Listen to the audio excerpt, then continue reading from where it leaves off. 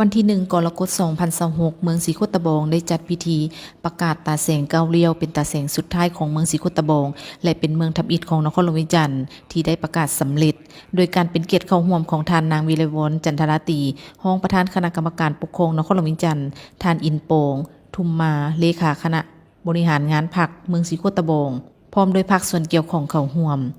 ในพิธีท่านบุญมีไสยวงศ์ประธานคณะกรรมการปกครองเมืองศรีโคตบองได้ขึ้นรายงานโดยย่อเกี่ยวกับการสร้างตั้งตาแสงเก้าเลี้ยวว่า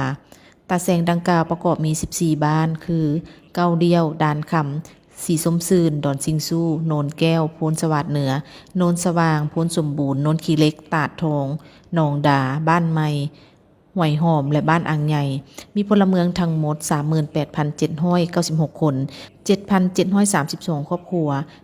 8,179 หลังคาเรือนในนั้นได้เลือกเอาห้องการบ้านโนนแก้วเป็นห้องการสำนักงานปกครองตาแสงเก้าเลี้ยวซึ่งประกอบมีพนักงานทั้งหมด8ทานในนี้พนักงานราชการ7ทานปกสกลุ่ม1ทานในพิธียังได้มีการมอบขอตกลงว่าด้วยการสร้างตั้งตาแสงเก้าเลี้ยว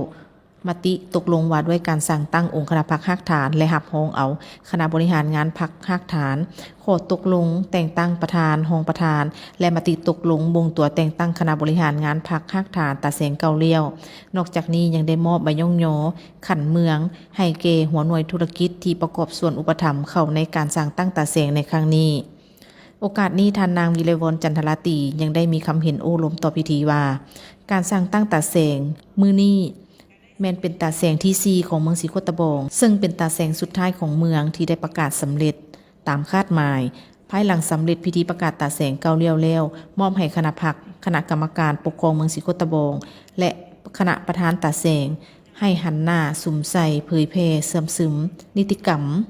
ตาแสงให้เข้าถึงพ่อแม่ประชาชนด้วยหลายรูปการสืบโตน้ำเอากลไกการบริการผ่านประตูเดียวที่มีอยู่แล้วลงจัดตั้งปฏิบัติอยู่ขั้นตาแสงเพื่อเฮ็ดให้การบริการรับใช้ประชาชนมีความสะดวกแท้ถึงทันการและมีคุณภาพดีขึ้นกว่าเก่า